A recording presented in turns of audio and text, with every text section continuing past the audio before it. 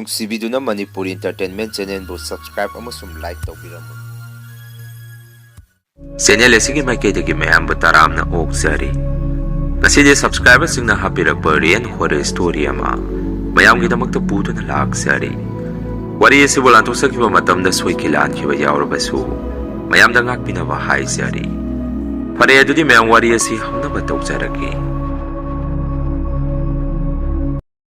ꯋꯥꯔꯤ ꯑꯁꯤ ꯉꯁꯤꯗꯒꯤ ꯆꯍꯤ 5-6ꯀꯤ ꯃꯃꯥꯡꯒꯤ ꯋꯥꯔꯤ ꯑꯃꯅꯤ꯫ ꯃꯇꯝ ꯑꯗꯨꯗ ꯑꯩꯈꯣꯏꯅ ꯂꯩꯔꯤꯕ ꯌꯨꯝ ꯑꯁꯤꯗꯒꯤ ꯈꯔ ꯆꯠꯂꯒ ꯄꯥꯠ ꯂꯝꯍꯥꯡ ꯌꯥꯝꯅ ꯂꯩꯔꯝꯃꯤ꯫ ꯃꯐꯝ ꯖꯒꯥ ꯑꯗꯨꯁꯨ ꯈꯥꯁꯂꯦꯟ ꯖꯒꯥ ꯑꯣꯏꯔꯝꯃꯤ꯫ ꯍꯥꯏꯕꯗꯤ ꯖꯒꯥꯗꯨ ꯃꯄꯨ ꯂꯩꯇꯕ ꯄꯇꯥ ꯇꯥꯗꯕ ꯃꯐꯝ ꯉꯥꯛꯇ ꯑꯣꯏꯔꯝꯃꯤ꯫ ꯃꯗꯨꯅ ꯑꯁꯥꯏꯗ ꯂꯩꯔꯤꯕ ꯃꯤꯑꯣꯏꯁꯤꯡ ꯑꯁꯤꯅ ꯃꯐꯝ ꯖꯒꯥꯗꯨ ꯂꯣꯏꯅ ꯈꯣꯞꯆꯟꯅꯔꯝꯃꯤ꯫ ꯀꯣꯟꯅ ꯃꯐꯝ ꯖꯒꯥꯗꯨꯗ ꯃꯥꯒꯤ ꯐꯥꯔꯝ ꯇꯧꯕ, ꯌꯨꯝ ꯁꯥꯖꯟꯕ, ꯏꯟꯁꯥꯡ ꯅꯥꯄꯤ ꯊꯥꯔꯒ ꯏꯪꯈꯣꯜ ꯀꯣꯏꯕ ꯇꯧꯅꯔꯝꯃꯤ꯫ ꯃꯇꯝ ꯑꯗꯨꯗ ꯑꯩꯈꯣꯏ ꯕꯕꯥꯅꯁꯨ ꯖꯒꯥ ꯑꯗꯥꯏꯗ ꯑꯩꯈꯣꯏꯒꯤꯁꯨ ꯆꯥꯎꯅ ꯂꯝ ꯈꯣꯞꯆꯜꯂꯝꯃꯤ꯫ ꯗꯗꯥꯒ ꯑꯩꯒꯗꯤ ꯃꯇꯝ ꯑꯗꯨꯗ ꯂꯥꯏꯔꯤꯛ ꯇꯝꯃꯤꯅꯤ ꯍꯥꯏꯗꯅ ꯀꯌꯥ ꯌꯨꯝꯒꯤ ꯊꯕꯛ ꯊꯧꯔꯝꯁꯤ ꯌꯥꯎꯔꯝꯗꯦ꯫ ꯕꯕꯥꯅ ꯑꯩꯈꯣꯏ ꯏꯄꯟꯒ ꯇꯧꯔꯒ ꯃꯐꯝ ꯑꯗꯨꯗ ꯂꯝ ꯈꯣꯞꯆꯜꯂꯒ ꯆꯥꯎꯅ ꯃꯐꯝ ꯖꯒꯥꯗꯨ ꯐꯥꯔꯝ ꯑꯃꯒꯤ ꯃꯑꯣꯡꯗ ꯉꯥ ꯌꯣꯛꯄ, ꯁꯟ-ꯑꯣꯛ ꯂꯣꯏꯕ, ꯃꯇꯝꯒꯤ ꯏꯟꯁꯥꯡ ꯅꯥꯄꯤ ꯊꯥꯔꯒ ꯂꯩꯔꯝꯃꯤ꯫ ꯃꯇꯝ ꯈꯔꯒꯤ ꯃꯇꯨꯡꯗꯗꯤ ꯃꯐꯝ ꯖꯒꯥꯗꯨ ꯃꯤ ꯁꯨꯝ ꯂꯩꯁꯟꯅꯔꯛꯄꯗꯒꯤ ꯑꯍꯥꯡꯕ ꯂꯝ ꯑꯃꯠꯇ ꯂꯩꯅꯔꯝꯈꯤꯗꯦ꯫ ꯗꯗꯥꯒ ꯑꯩꯒꯁꯨ ꯂꯥꯏꯔꯤꯛ ꯇꯝꯕ ꯂꯣꯏꯔꯒ ꯕꯕꯥꯅ ꯏꯆꯤꯜ ꯏꯅꯥꯎ ꯑꯅꯤꯕꯨ ꯐꯥꯔꯝꯗ ꯄꯨꯔꯒ ꯊꯕꯛ ꯏꯪꯈꯥꯡ ꯁꯨꯕ ꯇꯝꯕꯤꯔꯝꯃꯤ꯫ ꯍꯥꯟꯅꯗꯤ ꯑꯩꯈꯣꯏꯁꯨ ꯊꯕꯛ ꯁꯨꯕꯁꯤ ꯌꯥꯝꯅ ꯍꯩꯅꯔꯝꯗꯦ꯫ ꯑꯗꯨꯕꯨ ꯁꯨꯝ ꯕꯕꯥꯅ ꯅꯝꯗꯅ ꯐꯥꯔꯝꯗ ꯄꯨꯔꯒ ꯊꯕꯛ ꯁꯨꯍꯟꯕꯗꯒꯤꯗꯤ ꯑꯩꯈꯣꯏꯁꯨ ꯐꯥꯔꯝꯗꯨꯗ ꯂꯩꯅꯤꯡꯕ ꯑꯃ ꯗꯗꯥꯒ ꯑꯩꯒꯁꯤ ꯏꯁꯥꯗ ꯐꯥꯎꯔꯛꯈꯤ꯫ ꯃꯇꯝꯗꯨꯗ ꯑꯩꯈꯣꯏ ꯏꯄꯟꯒꯤ ꯐꯥꯔꯝꯒꯁꯨ ꯑꯩꯈꯣꯏꯒ ꯇꯥꯏꯅꯅ ꯂꯩꯔꯝꯃꯤ꯫ ꯑꯗꯨꯕꯨ ꯅꯣꯡꯃꯗꯤ ꯕꯕꯥꯅ ꯏꯆꯤꯜ ꯏꯅꯥꯎ ꯑꯅꯤꯗ ꯋꯥꯐꯝ ꯑꯃ ꯍꯧꯗꯣꯔꯛꯈꯤ꯫ ꯌꯦꯡꯉꯨ ꯏꯆꯥꯆꯥ, ꯑꯩꯈꯣꯏꯅ ꯐꯥꯔꯝ ꯑꯣꯏꯅ ꯈꯣꯞꯆꯜꯂꯨꯔꯤꯕ ꯂꯝꯁꯤꯡ ꯑꯁꯤ ꯃꯐꯝ ꯖꯒꯥ ꯑꯁꯤ ꯈꯥꯁꯂꯦꯟ ꯉꯥꯛꯇꯅꯤ꯫ ꯃꯗꯨꯅ ꯁꯔꯀꯥꯔꯅ ꯃꯐꯝ ꯖꯒꯥ ꯑꯁꯤ ꯌꯨꯝ ꯁꯥꯖꯟꯕ, ꯎ ꯋꯥ ꯊꯥꯖꯜꯂꯒ ꯏꯪꯈꯣꯜ ꯈꯣꯞꯆꯟꯕ ꯌꯥꯔꯣꯏ ꯍꯥꯏ꯫ ꯇꯧꯕꯇꯕꯨ ꯏꯄꯥꯅ ꯑꯩꯈꯣꯏꯒꯤꯗꯤ ꯄꯇꯥꯗꯤ ꯇꯥꯍꯧꯔꯦ꯫ ꯃꯁꯤꯗ ꯍꯣꯠꯅꯕꯗ ꯄꯩꯁꯥ ꯀꯌా ꯑꯃ ꯇꯤꯡꯈ꯭ꯔꯕꯅꯤ꯫ ꯂꯨꯔꯤꯕꯗꯤ ꯅꯈꯣꯏ ꯅꯄꯟꯒꯤꯗꯤ ꯄꯇꯥꯁꯨ ꯇꯥꯍꯧꯗ꯭ꯔꯦ꯫ ꯑꯩꯅ ꯃꯇꯝ ꯑꯗꯨꯗ ꯑꯩꯒ ꯄꯨꯟꯅ ꯄꯇꯥ ꯇꯥꯍꯧꯁꯤ꯫ ꯇꯝꯕ ꯉꯝꯕ ꯅꯠꯇꯦ ꯄꯇꯥ ꯇꯥꯍꯧꯗꯕ ꯂꯝ ꯍꯥꯏꯕꯁꯤꯗꯤ꯫ ꯃꯤ ꯑꯃꯅ ꯍꯦꯛꯇ ꯂꯥꯛꯑꯒ ꯃꯥꯒꯤꯅꯤ ꯍꯥꯏꯕꯗ ꯌꯦꯠꯐꯝ ꯂꯩꯔꯣꯏ꯫ ꯊꯕꯛ ꯑꯗꯨ ꯇꯥꯍꯧꯁꯤ ꯍꯥꯏꯕꯅꯤ꯫ ꯅꯈꯣꯏ ꯅꯄꯟꯅ ꯌꯥꯅꯤ, ꯃꯐꯝ ꯑꯁꯤꯗꯕꯨ ꯀꯅꯥꯅ ꯑꯃꯨꯛ ꯂꯩꯕ ꯂꯥꯛꯇꯣꯔꯤꯒꯦ ꯍꯥꯏꯗꯅ ꯃꯥꯒꯤꯗꯤ ꯄꯇꯥꯗꯨ ꯇꯥꯍꯧꯗ꯭ꯔꯦ꯫ ꯑꯗꯨ ꯅꯈꯣꯏ ꯅꯄꯟꯒꯤ ꯁꯔꯨꯛ ꯖꯒꯥꯁꯤ ꯅꯄꯟꯅ ꯌꯣꯟꯊꯣꯛꯑꯅꯤ ꯍꯥꯏ꯫ ꯍꯌꯦꯡꯋꯥꯏ ꯂꯨꯄꯥ ꯑꯃꯠꯇ ꯐꯪꯉꯣꯏꯗꯣꯏ ꯁꯔꯨꯛ ꯆꯥꯎꯈ꯭ꯔꯕ ꯃꯐꯝꯁꯤ ꯌꯥꯝꯅ ꯍꯣꯡꯅ ꯊꯥꯗꯣꯛꯑꯅꯤ ꯍꯥꯏ꯫ ꯃꯥꯁꯨ ꯀꯤꯔꯛꯑꯕ ꯃꯥꯜꯂꯤ꯫ ꯃꯁꯤꯗ ꯏꯄꯥꯅ ꯍꯥꯏꯅꯤꯡꯕꯗꯤ ꯃꯐꯝꯁꯤ ꯑꯩꯈꯣꯏꯅ ꯍꯟꯗꯣꯛꯍꯧꯔꯁꯤꯔꯥ? ꯖꯒꯥ ꯑꯁꯤ ꯑꯩꯈꯣꯏꯅ ꯂꯧꯍꯧꯔꯕꯗꯤ ꯅꯈꯣꯏ ꯅꯄꯟꯅ ꯇꯧꯖꯔꯤꯕꯁꯤꯁꯨ ꯑꯗꯨꯝ ꯐꯥꯔꯝ ꯑꯁꯤꯗ ꯇꯧꯖꯁꯅꯨ, ꯃꯤꯒꯤ ꯑꯣꯏꯈꯤꯗꯣꯏ ꯁꯔꯨꯛ ꯍꯥꯏꯔꯛꯈꯤ꯫ ꯕꯕꯥꯒꯤ ꯋꯥꯐꯝ ꯑꯗꯨꯗ ꯑꯩꯗꯤ ꯀꯔꯤ ꯍꯥꯏꯒꯗꯕꯅꯣ ꯍꯥꯏꯐꯝ ꯈꯪꯉꯝꯈꯤꯗꯦ꯫ ꯑꯗꯨꯅ ꯑꯩꯗꯤ ꯇꯨꯃꯤꯟꯅ ꯂꯩꯔꯝꯃꯤ꯫ ꯃꯇꯝꯗꯨꯗ ꯑꯩꯈꯣꯏ ꯗꯗꯥꯗꯤ ꯋꯥꯈꯜꯁꯨ ꯃꯄꯨꯡ ꯐꯥꯔꯦ꯫ ꯃꯗꯨꯅ ꯗꯗꯥꯅ ꯕꯕꯥꯗ ꯑꯁꯨꯝꯅ ꯍꯥꯏꯔꯝꯃꯤ, ꯕꯕꯥ, ꯑꯣꯏꯔꯣꯏ ꯀꯥꯟꯅꯔꯣꯏ ꯏꯄꯟꯅ ꯌꯣꯟꯒꯦ ꯍꯥꯏꯔꯤꯕꯁꯤ ꯃꯤ ꯑꯃꯗ ꯑꯗꯨꯝ ꯌꯣꯟꯖꯁꯅꯨ꯫ ꯄꯇꯥ ꯇꯥꯗꯕ ꯂꯝꯁꯤ ꯑꯩꯈꯣꯏꯅ ꯂꯧꯔꯨꯕꯗ ꯀꯥꯟꯅꯕ ꯑꯣꯏꯔꯣꯏ꯫ ꯃꯐꯝ ꯑꯁꯤꯗ ꯌꯨꯝ ꯑꯣꯏꯅ ꯁꯥꯔꯤꯕꯁꯤꯡ ꯑꯁꯤꯁꯨ ꯇꯛꯈꯥꯏꯔꯛꯀꯗꯕ ꯈꯖꯤꯛꯇ ꯉꯥꯏꯔꯕꯅꯤ꯫ ꯑꯩꯈꯣꯏꯒꯤ ꯐꯥꯔꯝ ꯑꯁꯤꯁꯨ ꯇꯛꯊꯣꯔꯛꯄꯅ ꯅꯝꯅ ꯂꯩ꯫ ꯍꯣꯏ, ꯇꯧꯕꯇꯕꯨ ꯑꯩꯈꯣꯏꯒꯤꯗꯤ ꯄꯇꯥꯗꯤ ꯇꯥꯍꯧꯔꯕꯅꯤꯅ ꯁꯔꯀꯥꯔꯒꯤ ꯃꯥꯏꯀꯩꯗꯒꯤ ꯄꯩꯁꯥꯕꯨꯗꯤ ꯈꯔ ꯍꯟꯖꯤꯜꯂꯛꯄ ꯌꯥꯏ꯫ ꯏꯄꯟꯅ ꯃꯥꯒꯤ ꯐꯥꯔꯝ ꯑꯁꯤ ꯌꯣꯜꯂꯒꯦ ꯍꯥꯏꯔꯤꯕꯁꯤ ꯑꯗꯨم ꯌꯣꯟꯖꯈ꯭ꯔꯁꯅꯨ, ꯑꯩꯈꯣꯏꯒꯤꯁꯨ ꯁꯨꯛꯂꯩ ꯂꯩꯇꯕ ꯅꯠꯇꯦ꯫ ꯋꯥꯐꯝ ꯑꯁꯤ ꯗꯗꯥꯅ ꯕꯕꯥꯗ ꯍꯥꯏꯔꯝꯃꯤ꯫ ꯕꯕꯥꯁꯨ ꯗꯗꯥꯒꯤ ꯋꯥꯐꯝ ꯑꯗꯨ ꯇꯥꯔꯕ ꯃꯇꯨꯡ ꯑꯁꯨꯝꯅ ꯈꯨꯝꯃꯛꯏ, ꯍꯣꯏꯗ ꯏꯆꯥꯅ ꯍꯥꯏꯔꯤꯕꯗꯨ ꯆꯨꯝꯒꯗꯕ ꯃꯥꯜꯂꯤ, ꯂꯧꯔꯒꯨꯝꯁꯤ ꯍꯥꯏꯔꯛꯈꯤ꯫ ꯃꯇꯝ ꯈꯔꯒꯤ ꯃꯇꯨꯡꯗꯗꯤ ꯏꯄꯟꯒꯤ ꯐꯥꯔꯝꯗꯨ ꯑꯩꯈꯣꯏ ꯈꯨꯟꯒꯤ ꯃꯤꯑꯣꯏꯁꯤꯡꯗ ꯑꯗꯨꯝ ꯌꯣꯟꯁꯜꯂꯝꯃꯤ꯫ ꯌꯥꯝꯅ ꯍꯣꯡꯅꯁꯨ ꯌꯣꯟꯊꯣꯛꯑꯝꯃꯤ꯫ ꯐꯥꯔꯝ ꯑꯗꯨꯒꯤ ꯃꯄꯨ ꯑꯗꯨꯁꯨ ꯑꯩꯈꯣꯏ ꯈꯨꯜ ꯑꯁꯤꯗ ꯂꯩꯕ ꯌꯨ ꯌꯥꯝꯅ ꯉꯥꯎꯕ ꯅꯨꯄꯥ ꯑꯃꯅꯤ꯫ ꯃꯥꯒꯤ ꯃꯆꯥꯅꯨꯄꯥ ꯑꯃꯒ ꯃꯆꯥꯅꯨꯄꯤ ꯑꯃꯒꯁꯨ ꯂꯩ꯫ ꯃꯈꯣꯏꯁꯨ ꯄꯥꯈꯪ ꯂꯩꯁꯥꯕꯤ ꯂꯣꯏꯅ ꯐꯥꯔꯦ꯫ ꯃꯄꯥꯅ ꯑꯗꯨꯝꯅ ꯌꯨ ꯆꯥꯛ ꯊꯛꯇꯨꯅ ꯂꯩꯕꯗꯨ ꯎꯕꯗ ꯃꯆꯥꯅꯨꯄꯥꯗꯨꯅ ꯐꯥꯔꯝ ꯑꯗꯨꯗ ꯂꯥꯛꯑꯒ ꯃꯄꯥꯗ ꯌꯥꯝꯅ ꯊꯤꯅ ꯍꯦꯛꯇ ꯉꯥꯡꯉꯤ꯫ ꯅꯣꯡꯃ ꯅꯨꯃꯤꯠ ꯑꯃꯗꯤ ꯏꯄꯟꯒꯤ ꯐꯥꯔꯝ ꯑꯗꯨꯗ ꯂꯩꯔꯤꯕ ꯌꯨ ꯌꯥꯝꯅ ꯊꯛꯄ ꯅꯨꯄꯥ ꯑꯗꯨ ꯃꯥ ꯃꯁꯥꯃꯛꯀꯤ ꯐꯥꯔꯝ ꯑꯗꯨꯗ ꯍꯧꯕ ꯄꯨꯡꯗꯣꯟ ꯄꯥꯟꯕꯤ ꯑꯃꯒꯤ ꯃꯁꯥꯗ ꯊꯧꯔꯤ ꯌꯥꯟꯗꯨꯅ ꯁꯤꯔꯝꯕ ꯕꯕꯥꯅ ꯊꯦꯡꯅꯔꯛꯈꯤ꯫ ꯇꯁꯦꯡꯕꯗꯤ ꯑꯩꯈꯣꯏꯒꯤ ꯐꯥꯔꯝ ꯑꯗꯨꯗ ꯑꯌꯨꯛꯀꯤ ꯃꯇꯝꯗꯗꯤ ꯕꯕꯥꯅ ꯌꯥꯍꯧ ꯉꯟꯅ ꯍꯧꯒꯠꯂꯒ ꯑꯗꯨꯝ ꯆꯠꯂꯝꯃꯤ꯫ ꯅꯨꯃꯤꯠꯇꯨ ꯗꯗꯥꯒ ꯑꯩꯒꯗꯤ ꯇꯨꯝꯕ ꯍꯧꯒꯠꯂꯛꯄꯗ ꯉꯥꯏꯔꯤ꯫ ꯏꯃꯥꯗ ꯆꯥ ꯂꯣꯟꯈꯠꯍꯟꯗꯨꯅ ꯗꯗꯥꯒ ꯑꯩꯒꯗꯤ ꯆꯥ ꯊꯛꯅꯕ ꯇꯧꯔꯝꯃꯤ꯫ ꯃꯇꯝ ꯑꯗꯨꯗ ꯑꯩꯈꯣꯏꯒꯤ ꯊꯣꯡꯒꯥꯟꯗ ꯃꯤ ꯈꯔ ꯃꯔꯥꯡ ꯂꯥꯡꯕ ꯃꯈꯣꯟ ꯈꯔ ꯇꯥꯔꯝꯃꯤ꯫ ꯃꯗꯨꯗ ꯑꯩꯁꯨ ꯀꯔꯤ ꯇꯧꯕ ꯌꯥꯎꯔꯕꯖꯥꯠꯅꯣ ꯍꯥꯏꯗꯅ ꯊꯣꯔꯛꯇꯨꯅ ꯍꯪꯉꯨꯕ ꯃꯇꯝꯗ ꯑꯩꯈꯣꯏꯒ ꯊꯪꯅꯅ ꯂꯩꯔꯤꯕ ꯐꯥꯔꯝ ꯑꯗꯨꯒꯤ ꯃꯄꯨ, ꯌꯨ ꯌꯥꯝꯅ ꯊꯛꯄ ꯑꯍꯜ ꯑꯗꯨ ꯐꯥꯔꯝ ꯑꯗꯨꯗ ꯊꯧꯔꯤ ꯌꯥꯜꯂꯒ ꯁꯤꯗꯨꯅ ꯂꯩꯔꯝꯃꯦ ꯍꯥꯏꯔꯛꯈꯤ꯫ ꯄꯥꯎ ꯑꯗꯨ ꯍꯦꯛ ꯇꯥꯕꯗ ꯑꯩꯁꯨ ꯏꯃꯨꯡꯗ ꯍꯥꯊꯨ ꯆꯦꯟꯁꯤꯜꯂꯝꯃꯤ꯫ ꯑꯗꯨꯒ ꯗꯗꯥꯗ ꯑꯁꯨꯝꯅ ꯍꯥꯏꯔꯝꯃꯤ, ꯗꯗꯥ, ꯍꯧꯖꯤꯛꯃꯛ ꯏꯕꯥꯅꯤ ꯐꯥꯔꯝꯗ ꯆꯠꯂꯨꯁꯤ ꯑꯩꯈꯣꯏ ꯀꯀꯥ ꯁꯔꯠꯇꯣ ꯐꯥꯔꯝꯗ ꯊꯧꯔꯤ ꯌꯥꯜꯂꯝꯃꯦ ꯍꯥꯏ ꯕꯕꯥꯁꯨ ꯉꯟꯅ ꯆꯠꯈꯤꯕꯅꯤ ꯑꯩꯈꯣꯏ ꯕꯕꯥꯅ ꯍꯥꯟꯅ ꯊꯦꯡꯅꯕ ꯑꯣꯏꯔꯝꯒꯅꯤ ꯂꯥꯛꯑꯣ ꯑꯩ ꯍꯥꯟꯅ ꯆꯠꯂꯝꯃꯒꯦ ꯍꯥꯏꯗꯅ ꯑꯩꯁꯨ ꯑꯩꯈꯣꯏꯒꯤ ꯐꯥꯔꯝ ꯑꯗꯨ ꯇꯝꯅ ꯂꯥꯛꯄ ꯍꯧꯔꯝꯃꯤ ꯇꯧꯕꯇꯕꯨ ꯑꯩꯅ ꯐꯥꯔꯝ ꯑꯗꯨ ꯍꯦꯛ ꯌꯧꯕꯒꯗꯤ ꯊꯧꯔꯤ ꯌꯥꯜꯂꯝꯃꯤꯕ ꯑꯍꯜ ꯑꯗꯨꯗꯤ ꯃꯌꯥꯝ ꯆꯪꯗꯅ ꯃꯈꯥꯗ ꯊꯥꯡꯊꯔꯒ ꯂꯩꯔꯝꯃꯤ ꯃꯥꯅ ꯊꯧꯔꯤ ꯌꯥꯜꯂꯝꯕ ꯄꯨꯡꯗꯣꯟ ꯄꯥꯟꯕꯤ ꯑꯗꯨꯅ ꯕꯕꯥꯒ ꯃꯤꯑꯣꯏ ꯈꯔꯒꯅ ꯀꯛꯊꯠꯂꯒ ꯂꯩꯔꯝꯃꯤ ꯑꯩ ꯂꯥꯛꯄ ꯎꯕꯗꯒꯤ ꯕꯕꯥꯅꯁꯨ ꯑꯩꯉꯣꯟꯗ ꯃꯨꯟꯅ ꯌꯦꯡꯉꯛꯈꯤ ꯉꯥꯏꯍꯥꯛꯀꯤ ꯃꯇꯨꯡꯗꯗꯤ ꯏꯃꯨꯡꯒꯤ ꯃꯤ ꯂꯥꯛꯇꯨꯅ ꯑꯁꯤꯕꯗꯨ ꯃꯌꯨꯝꯂꯣꯝꯗ ꯑꯣꯏꯅ ꯃꯌꯥꯝ ꯆꯪꯗꯅ ꯄꯨꯊꯈꯤ ꯀꯣꯟꯅꯗꯤ ꯕꯕꯥꯒ ꯑꯩꯒ ꯗꯗꯥꯒ ꯑꯩꯈꯣꯏ ꯑꯍꯨꯝꯁꯨ ꯐꯥꯔꯝ ꯑꯗꯨꯗ ꯂꯩꯍꯧꯈꯤ ꯃꯇꯝ ꯑꯗꯨꯗ ꯕꯕꯥꯅ ꯑꯩꯈꯣꯏꯗ ꯁꯨꯝꯅ ꯍꯥꯏꯔꯛꯈꯤ ꯁꯤ ꯊꯣꯡꯅꯤꯁꯤ ꯅꯍꯥꯟꯅ ꯈꯪꯉꯕꯅꯤ ꯌꯨ ꯊꯛꯃꯟꯗꯅ ꯃꯀꯣꯛꯁꯨ ꯕꯦꯔꯥ ꯈꯔ ꯂꯩꯔꯕꯅꯤ ꯃꯆꯥꯁꯤꯡ ꯑꯗꯨꯁꯨ ꯃꯄꯥꯗ ꯋꯥꯂꯥ ꯉꯥꯡꯕꯗ ꯊꯛꯁꯤ ꯈꯥꯁꯤ ꯌꯥꯎꯗꯦ ꯑꯍꯜ ꯑꯁꯤ ꯃꯈꯣꯏꯒꯤꯗꯤ ꯃꯄꯥꯅꯤ ꯐꯅ ꯁꯥꯎꯅꯤꯡꯕ ꯂꯩꯔꯕꯁꯨ ꯏꯪꯅ ꯇꯞꯅ ꯋꯥꯔꯤ ꯁꯥꯟꯅꯒꯗꯕꯅꯤ ꯑꯩꯅꯁꯨ ꯅꯈꯣꯏꯗ ꯍꯥꯏꯔꯤꯗꯨꯅꯤ ꯁꯤ ꯊꯣꯡꯅꯤ ꯈꯪꯖꯔꯝꯃꯒꯗꯤ ꯃꯐꯝ ꯑꯁꯤꯁꯨ ꯑꯩꯈꯣꯏꯅ ꯂꯧꯁꯤꯟꯖꯔꯝꯒꯗꯕꯅꯤ ꯍꯥꯏꯗꯅ ꯕꯕꯥꯅ ꯗꯗꯥꯒ ꯑꯩꯒꯗ ꯍꯥꯏꯔꯛꯈꯤ ꯑꯩꯈꯣꯏꯁꯨ ꯕꯕꯥꯒꯤ ꯋꯥꯐꯝ ꯑꯗꯨꯗ ꯇꯨꯃꯤꯟꯅ ꯂꯩ ꯋꯥ ꯃꯆꯦꯠ ꯑꯃꯠꯇ ꯈꯨꯝꯃꯝꯗꯦ ꯑꯁꯨꯝꯅ ꯊꯧꯗꯣꯛ ꯑꯁꯤꯒꯤ ꯃꯇꯨꯡ ꯑꯩꯈꯣꯏꯁꯨ ꯃꯇꯝ ꯈꯔꯗꯤ ꯐꯥꯔꯝ ꯑꯗꯣꯝꯗ ꯀꯌꯥ ꯆꯪꯉꯝꯗꯦ ꯇꯧꯕꯇꯕꯨ ꯕꯕꯥꯗꯤ ꯍꯥꯟꯅꯒꯤ ꯃꯇꯧꯒꯨꯝ ꯐꯥꯔꯝ ꯑꯗꯨꯗ ꯑꯗꯨꯝ ꯆꯠꯂꯝꯃꯤ ꯑꯗꯨꯕꯨ ꯅꯣꯡꯃꯗꯤ ꯕꯕꯥꯁꯤ ꯐꯥꯔꯝꯗꯒꯤ ꯈꯔ ꯉꯟꯅ ꯌꯨꯝꯗ ꯍꯜꯂꯛꯈꯤ ꯑꯗꯨꯒ ꯑꯩꯈꯣꯏꯗ ꯇꯞꯅ ꯇꯞꯅ ꯋꯥꯔꯤ ꯈꯔ ꯁꯥꯔꯝꯃꯤ ꯅꯈꯣꯏ ꯅꯆꯤꯟ ꯅꯅꯥꯎꯁꯨ ꯍꯟꯗꯛ ꯃꯔꯛ ꯑꯁꯣꯝꯗ ꯂꯥꯛꯇ꯭ꯔꯦ ꯀꯩꯗꯧꯔꯦ ꯑꯩ ꯏꯇꯣꯝꯇ ꯍꯣꯠꯅꯕ ꯉꯝꯗ꯭ꯔꯦ ꯑꯗꯨꯅ ꯅꯈꯣꯏꯁꯨ ꯈꯔ ꯈꯔ ꯂꯥꯛꯅꯕ ꯇꯧ ꯅꯍꯥꯟꯁꯨ ꯐꯥꯔꯝ ꯑꯗꯨꯗ ꯀꯔꯤꯅꯣꯃ ꯊꯦꯡꯅꯩ ꯑꯩꯅ ꯈꯔ ꯀꯤꯒꯟꯗꯕ ꯃꯤ ꯑꯣꯏꯕꯒꯤ ꯐꯕꯅꯤ ꯁꯤꯗꯩꯗꯤ ꯅꯆꯤꯟ ꯅꯅꯥꯎꯁꯨ ꯂꯥꯛꯅꯕ ꯇꯧꯔꯣ ꯍꯥꯏꯔꯛꯈꯤ ꯕꯕꯥꯒꯤ ꯋꯥꯍꯩ ꯋꯥꯇꯥꯁꯤꯡ ꯑꯗꯨꯗ ꯑꯩꯈꯣꯏꯁꯨ ꯐꯥꯔꯝꯗ ꯀꯔꯤ ꯇꯧꯔꯕꯖꯥꯠꯅꯣ ꯈꯜꯂꯝꯃꯤ ꯅꯨꯃꯤꯠ ꯑꯗꯨꯗꯒꯤ ꯗꯗꯥꯒ ꯑꯩꯒꯁꯨ ꯍꯥꯟꯅꯒꯤ ꯃꯇꯧꯒꯨꯝ ꯐꯥꯔꯝ ꯑꯗꯨꯗ ꯆꯠꯄ ꯍꯧꯔꯝꯃꯤ ꯃꯇꯝ ꯈꯔꯗꯤ ꯍꯥꯟꯅꯒꯤ ꯃꯇꯧꯒꯨꯝ ꯐꯥꯔꯝ ꯑꯗꯨꯗ ꯑꯩꯈꯣꯏꯁꯤ ꯊꯕꯛ ꯁꯨꯔꯝꯃꯤ ꯋꯥꯈꯟꯗꯁꯨ ꯀꯌꯥ ꯊꯣꯏꯗꯣꯛꯅ ꯑꯀꯤꯕ ꯍꯥꯏꯕꯗꯣ ꯄꯣꯛꯑꯝꯗꯦ ꯅꯣꯡꯃꯗꯤ ꯕꯕꯥꯅꯦ ꯑꯩꯅ ꯗꯗꯥꯒ ꯑꯩꯈꯣꯏ ꯑꯍꯨꯝ ꯐꯥꯔꯝ ꯑꯗꯨꯗ ꯏꯟꯁꯥꯡ ꯅꯥꯄꯤ ꯊꯥꯅꯕ ꯂꯩꯕꯥꯛ ꯈꯔ ꯇꯦꯡꯈꯥꯏꯔꯝꯃꯤ ꯅꯨꯃꯤꯠ ꯑꯗꯨꯗ ꯑꯩꯈꯣꯏ ꯏꯄꯟꯒꯤ ꯐꯥꯔꯝ ꯑꯗꯣꯝꯗ ꯑꯩꯅ ꯍꯥꯏꯐꯦꯠ ꯑꯣꯟꯊꯣꯛꯇꯨꯅ ꯌꯦꯡꯉꯨꯕ ꯃꯇꯝꯗ ꯏꯁꯥꯗ ꯇꯨ ꯆꯣꯡꯈꯤ ꯃꯐꯝ ꯖꯒꯥꯗꯨ ꯍꯦꯛ ꯌꯦꯡꯕꯗ ꯎꯃꯪ ꯃꯆꯥ ꯑꯃꯒꯨꯝ ꯎꯔꯤ ꯋꯥꯔꯤꯁꯤꯡ ꯑꯗꯨꯒ ꯖꯒꯥꯗꯨ ꯄꯨꯛꯁꯣꯡ ꯍꯦꯛ ꯁꯣꯡꯉꯝꯃꯤ ꯑꯩꯁꯨ ꯃꯥꯏꯀꯩ ꯑꯗꯣꯝꯗ ꯑꯣꯟꯅ ꯑꯣꯟꯅ ꯗꯗꯥꯒ ꯕꯕꯥꯒꯗ ꯁꯨꯝꯅ ꯍꯥꯏꯔꯝꯃꯤ ꯑꯩꯈꯣꯏ ꯏꯄꯟꯒꯤ ꯐꯥꯔꯝ ꯑꯁꯤꯗꯤ ꯄꯨꯔꯥ ꯖꯪꯒꯜ ꯑꯣꯜꯂꯤ ꯃꯁꯤꯕꯨ ꯅꯣꯡꯃ ꯅꯨꯃꯤꯠ ꯑꯃ ꯕꯕꯥꯒ ꯗꯗꯥꯒ ꯑꯩꯈꯣꯏ ꯑꯍꯨꯝ ꯃꯐꯝ ꯑꯁꯤꯗ ꯆꯪꯁꯜꯂꯒ ꯑꯃꯨꯛꯇ ꯁꯦꯡꯗꯣꯛꯄꯤꯔꯨꯁꯤ ꯃꯗꯨ ꯅꯠꯇ꯭ꯔꯕꯗꯤ ꯌꯦꯡꯕꯗ ꯏꯁꯥꯗ ꯑꯀꯤꯕ ꯑꯃ ꯑꯣꯏꯔꯦ ꯏꯁꯨꯛ ꯍꯦꯛ ꯁꯣꯛꯑꯗꯅ ꯃꯐꯝꯁꯤ ꯍꯥꯏꯔꯝꯃꯤ ꯑꯩꯒꯤ ꯋꯥꯐꯝ ꯑꯗꯨꯗ ꯕꯕꯥꯅ ꯑꯃꯨꯛ ꯁꯨꯝꯅ ꯈꯨꯝꯃꯛꯏ ꯍꯣꯏꯅꯦ ꯑꯩꯁꯨ ꯈꯜꯂꯝꯃꯤꯅꯤ ꯅꯆꯤꯟ ꯅꯅꯥꯎꯅ ꯌꯥꯔꯛꯑꯣꯏ ꯍꯥꯏꯗꯅ ꯏꯄꯥꯁꯨ ꯍꯥꯏꯗꯕꯅꯤ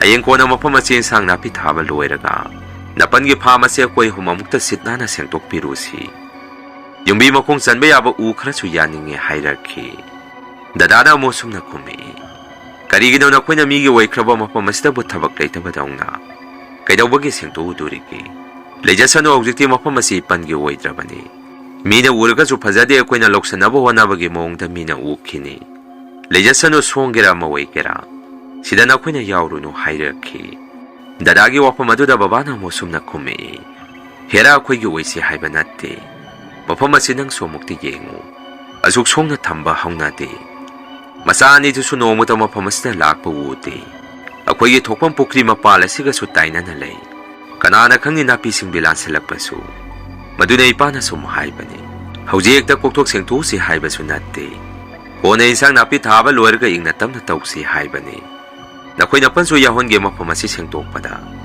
ꯅꯄꯟꯒ ꯑꯩꯈꯣꯏ ꯄꯨꯟꯅ ꯇꯧꯁꯤ ꯍꯥꯏꯔꯛꯈꯤ ꯋꯥꯐꯝ ꯑꯗꯨꯗ ꯗꯗꯥꯗꯤ ꯁꯨꯛꯌꯥ ꯌꯥꯔꯝꯗꯦ ꯅꯈꯣꯏ ꯁꯦꯡꯇꯣꯛꯀꯦꯁꯨ ꯁꯦꯡꯇꯣꯛꯑꯣ ꯑꯩꯗꯤ ꯌꯥꯎꯕ ꯉꯝꯃꯣꯏ ꯍꯥꯏꯔꯝꯃꯤ ꯀꯣꯟꯅꯗꯤ ꯕꯕꯥꯗ ꯑꯩꯅ ꯑꯁꯨꯝꯅ ꯍꯥꯏꯔꯝꯃꯤ ꯕꯕꯥ ꯗꯗꯥꯗ ꯍꯥꯏꯔꯨꯔꯅꯨ ꯏꯄꯟꯒ ꯑꯩꯈꯣꯏ ꯑꯍꯨꯝ ꯁꯦꯡꯗꯣꯛꯃꯤꯟꯅꯔꯁꯤ ꯑꯩꯁꯨ ꯃꯐꯝ ꯑꯁꯤ ꯍꯦꯛ ꯌꯦꯡꯁꯜꯂꯨꯕꯗ ꯏꯁꯥꯗ ꯏꯅꯨꯡ ꯅꯨꯡꯉꯥꯏꯇ꯭ꯔꯦ ꯑꯩꯈꯣꯏꯒꯤ ꯊꯕꯛꯁꯤ ꯂꯣꯏꯔꯒ ꯌꯨꯝꯗ ꯏꯄꯟꯒ ꯀꯨꯝꯅ ꯋꯥꯔꯤ ꯇꯥꯟꯅꯔꯒ ꯊꯕꯛ ꯑꯁꯤ ꯇꯧꯔꯁꯤ ꯍꯥꯏꯔꯝꯃꯤ ꯅꯨꯃꯤꯠꯇꯨꯃꯗꯤ ꯑꯗꯨꯝꯅ ꯍꯧꯈꯤ ꯅꯣꯡ ꯅꯤꯅꯤꯃꯨꯛ ꯂꯩꯔꯒꯗꯤ ꯅꯨꯃꯤꯠꯇꯨ ꯑꯩꯁꯨ ꯑꯍꯤꯡꯁꯦ ꯇꯨꯝꯕ ꯁꯨꯛꯌꯥ ꯌꯥꯔꯝꯗꯦ ꯑꯩꯒꯤ ꯃꯪꯗꯨꯗ ꯏꯄꯟꯒꯤ ꯍꯥꯟꯅ ꯐꯥꯔꯝ ꯑꯣꯏꯔꯝꯕ ꯐꯥꯔꯝ ꯑꯗꯣꯝꯗꯒꯤ ꯃꯤꯑꯣꯏ ꯑꯃ ꯊꯣꯔꯛꯇꯨꯅ ꯕꯕꯥꯒ ꯑꯩꯒꯁꯦ ꯀꯣꯏꯇꯥꯟ ꯇꯥꯟꯅꯔꯝꯃꯤ ꯃꯤꯀꯞ ꯍꯦꯛ ꯊꯣꯔꯛꯄꯒꯁꯨ ꯑꯃꯨꯛ ꯍꯦꯛ ꯇꯨꯝꯊꯕꯒꯁꯨ ꯃꯁꯛ ꯈꯪꯗ꯭ꯔꯕ ꯃꯤꯑꯣꯏ ꯑꯃ ꯐꯥꯔꯝ ꯑꯗꯨꯗꯒꯤ ꯊꯣꯔꯛꯇꯨꯅ ꯑꯃꯨꯛꯀꯁꯨ ꯀꯣꯏꯇꯥꯟ ꯍꯦꯛꯇ ꯇꯥꯟꯅꯔꯛꯈꯤ ꯃꯇꯧ ꯀꯌꯥꯁꯤꯗ ꯑꯩꯁꯨ ꯑꯍꯤꯡꯗꯨ ꯏꯁꯥꯗ ꯇꯨꯝꯊꯕ ꯉꯝꯃꯝꯗꯦ ꯃꯗꯨꯅ ꯑꯩꯁꯨ ꯅꯨꯃꯤꯠꯇꯨꯗꯤ ꯅꯣꯡꯉꯥꯟꯗ꯭ꯔꯤꯉꯩꯗꯒꯤ ꯍꯧꯒꯠꯇꯨꯅ ꯃꯥꯏ ꯃꯤꯠ ꯇꯥꯊꯣꯛꯑꯕ ꯃꯇꯨꯡ ꯐꯃꯨꯡꯗ ꯇꯨꯝꯗꯕꯤ ꯍꯤꯞꯄꯒ ꯂꯩꯔꯝꯃꯤ ꯉꯥꯏꯍꯥꯛ ꯂꯩꯔꯒꯗꯤ ꯅꯣꯡꯉꯥꯜꯂꯝꯗꯥꯏ ꯄꯨꯡ 4:30 ꯇꯥꯁꯜꯂꯛꯄꯗꯒꯤ ꯃꯄꯥꯟꯗ ꯊꯣꯔꯛꯇꯨꯅ ꯌꯨꯝꯒꯤ ꯊꯕꯛ ꯏꯪꯈꯥꯡ ꯈꯔ ꯇꯧꯔꯝꯃꯤ Babasu ngayaki matungdadi tumba haugalami. Aisu tumba haugalambatuda babana ingonda sumna hangaki. Kaidaure ngasidi yahungalida. Kari thabak laige hangaki. Aina mo baba ngarang ahingse tumba yadi. Aidi nongandringay pung humadayda haugale hairami. Ngayak lairagadi babana phamda salamo. Sasan machinja khara hulamo. Aisu laadabani ngasidi yahungalabanina. Nang hana salamo hairaki. Babagi wafam aduda numito isu kari maram gino khangdi. Ai tomda phamda satpadu isade kitekkirom. Wakanda mamang kaige iman manadaba kari numay tawrami. Adubo numito isu ege bek masaduga. Phamadobda nganna itomda laami. Phamadu hek yaubaga sumanungde hek changakpaga thangnana leiriba. Phamadobda maise onsanba ngamamkhide. Ai sada kiba ma pokhi. Bafam jagado hek yaubaga isu ayuki insang napi sing khara chaibige haidana. Pukri day sing kan makumtharami. Matamadu da ngakpani pukri do day na ising kalingay. Ako'y gatangnari wa phamadom dagi kanaguma miyoyama. Kan na siyan kibadong na makhola may nataraki. Madudagi isu ising sokalaga kanabu uy pasano haidana. Prap kakalak to na may kayadom da. Ngayak mo na lepagayangami. Matamadu da hanay pang ipamo rin ba may kayadom da. Mima hanggat handa siya lagalay badong na. Mamisami ay nuurami. Mapamadom da su karaga swongbaga isu kahe na mayak siyang na di uba pangamkide. May kayadom da su uwalaga haipet laurami. Mapamadu da layri to kanano haidana. Ay na dum na lauk sa lubadagi hana torba mong matawado sa plepki. Mapamadom da isu haipet mo na yung salami. Kanabo uy basano haidana. Adubo kanaso urakta badagi isu may salang na laytorak pada. Tunglom dagi uzaw matutarak pagi mawong da. Ay gitong da buwap lang na yayraki. Mikubado da iso kong pamani yahum di siyendo na. Tuga da bakajik da ngayrami. Tung salaw na laytoga yang tuba matam da su. Ay gikoy bado da di kariso tawrong kiti. Miso kanaso layrong kiti. Madudagi iso isada kizarak padagi mapamadudagi kanasen toraki. Babaso tungga alom dagi sangami. Ay gimatodo da babana kay dawraki hangaki. Babada sumna hayrami. Baba pamanung si tamnari. Haujitay na isang napising karatsay ki haidana. Pukri isida kumurka karakpada. Makaya sumna miya mahanggat handa siyan badong na. Makhola may natarami. Ko na di iso kariso ay ramoy haidana may salong na layturok pada. Arumba posak amana nangan na tomok padong na tawri. Ngayak te iso isada ipun pungkalaga suor hon bapong ngamudri. Madugi niya na pakan na siyan tori ba si hayrami. Babaso ay giwapa madu na mapam jagado hana dagi kari kumakarakang bamali. Maduna ingonda sumna hayraki. Hayeng dagi din natom na salurano. Ako'y punasan minarasi. Ipa na sumamang na haykri duni. Papamat si mamang kay gamana da ba mong mataw may taw-tawri haydana. Ana di sumay na di tawramdabani. Jaga asida tawri yan salamado da tawri rakangdre. Parese ugditi ipa sulakli. Kariso tawraro laos ang si hayraki. Ngayak layraga di dada sulaki. Babagay ga na dada da suwari tamami. Dadaso ay giwari ito masada pungangaki. Numito dagi haw na fama ni siya so kimatiktam na bahawraki. Ako'y nataramay isang napi hawrak pa da ngay riba singadu. Nung alagay isang saige na sang uba matam da isang napi singadu. Papakpa arumba po sang amanan na salambadaw na. Loy na paksalaga layrami. Wali ba mataw kaya sida ako'y so fama do da sang madapuna-puna salami. Adubo noong mo di dadaga babaka ako'y humsi. Ako'y fama do dagi numit tarak pa dagi yumlom da karak na ba. Ako'y sipun na thorak pa hawrami. Yumyaw ko na ba lamben tang kahit san salag pa da. Dada si fam na magi bek to kawrami. Lauro kisirak hang de hayraki. Batamado da babagay ga na di bek to da bukari yahogi. Maruay ba po sag yahog drabadi adum lay jahurasano. Amok halura no hayrami. Dada na umusong na hayraki. Lauro da ba yaroy pon sajar ka yahuri bani. Lao amok talaw minaru si hayrak padagi. Ako'y umso amok famadom da amok laami. Dadadi magi po sa'y tanam mani na geto hang tuwaga. Madi hana manong na gonggong sangsanki. Baba na so ama madu da muna yeng aga sangu. Napising bilayong gani nakan sinaga karas hong baga hayrami. Tawada ba numito babaga igadi manong dadi sangam kede. Baba na dada thorak pangayrami. Ngaya ki matong dadi dada siya ako'y ginakta yam na pakan na siyan thoraki. Pangwi sang manong da nupa malipagalay hayraki. Dadagi wapa madu da idi sada tu kyaw lang na songkalaki. Numito ako'y humsigyat lo sa lamaga. Yumlom da hatuwa tu halaami. Yum hek yaubaga babana ipan su kaurammi. Ipanda su pham aduda oiriba mong matau pumba wari sarammi. Nong hek nganbagadi ipan amagi hana oiramba pham manung aduda babaga khoi punna sangsalammi. Matam aduda ipan na babaga khoida sumna hairakhi. Jaga ase karino mai taurammi. Mafam asida mi laikhidaba yaubagila karino. Tasengmadi akhoi ipan se thainigi ahan oibanina. Masada hanadigi su khara lighting ki maramda khara makhaiti khangjarammi.